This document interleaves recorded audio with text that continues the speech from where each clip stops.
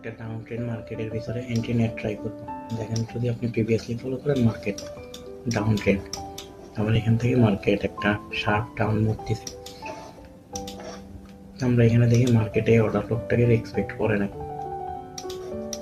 এটা একটা down trend market, that's why bullish order flow expect করে নাই। এটা কি হবে আমাদের এখন ব্রেকার ব্লক অথবা এসএনআর। আমাদের ফার্স্ট আমরা একটা লেভেল ড্র করলাম, এসএনআর এর পাশে আমরা যদি আরেকটা অর্ডার ব্লক ফাইন্ড করার ট্রাই করি, এই দেখেন এখানে আরেকটা বিয়ারিশ অর্ডার ব্লক।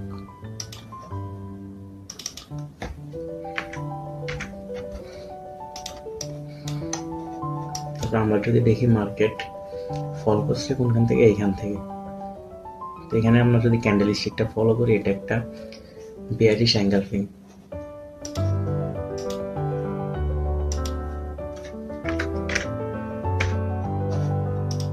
আমরা এখানে একটা বিয়ারিশ অ্যাঙ্গেল ফিং এর পরে মার্কেট শার্প একটা ডাউন মুভ দেখতেছি। তো আমরা এখানে আরেকটা কনফার্মেশন নিয়ে ট্রাই করব, যেটা ফিক্স রেঞ্জ ভলিউম প্রোফাইল। এখানে একটা ড্র করব। তো আমরা এখানে পিওয়াই লাইনটা দেখতে পাচ্ছি এখানে, তার সাথে আমাদের একটা সেলিং জোন যদি আমরা দেখি, ভলিউম সেলিং জোন, সেটা হবে যে একেবারে এখান থেকে এতটুকু পর্যন্ত। তো এটা দেওয়ার আরেকটা রিজন হচ্ছে, এতটুকু বলতে পারেন যে এত বড় কেন এটা দিলাম, দেওয়ার রিজনটা যদি আপনি এখানে ফলো করেন, এখানে বায়ার, এই পাশে একটা বায়ার, এটা সেলার। তো আপনি দেখেন পার্থক্যটা ফলো করেন, বায়ার আর সেলারের পার্থক্য। দ্যাটস ওয়াই এটা এত বড় পর্যন্ত আমরা ড্র করছি, এতটুকু পর্যন্ত নিছি। সেটা আমরা আরেকটু নিচেও নিতে পারি, এতটুকু পর্যন্ত এটা সহ নিতে পারি। তো এখানে আমাদের confirmation order block, SNR plus volume, fix range volume, তিনটা কনফার্মেশন আমরা আপাতত পাইছি। তো আমরা দেখি মার্কেট কোন দিকে মুভ করে।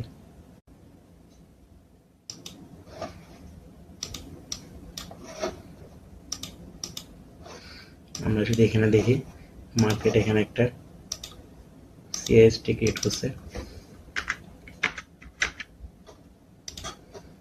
তারপর আমরা যদি আবার দেখি প্রিভিয়াসলি এখানে একটা দেখেন বিয়ারিশ অ্যাঙ্গেল ফিং, সেম অ্যাঙ্গেল ফিংটা আমরা এখানেও সিএসটির পরেও দেখতে পাচ্ছি, সেম অ্যাঙ্গেল ফিংটা।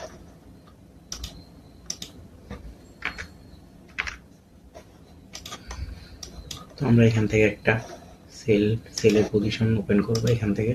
আর আমাদের সিএসডির উপরে আমাদের এসএল থাকবে আর টার্গেট থাকবে 1:4, এতটুকু আমরা ক্যাপচার করার ট্রাই করবো। দেখি মার্কেট কি করে। দেখি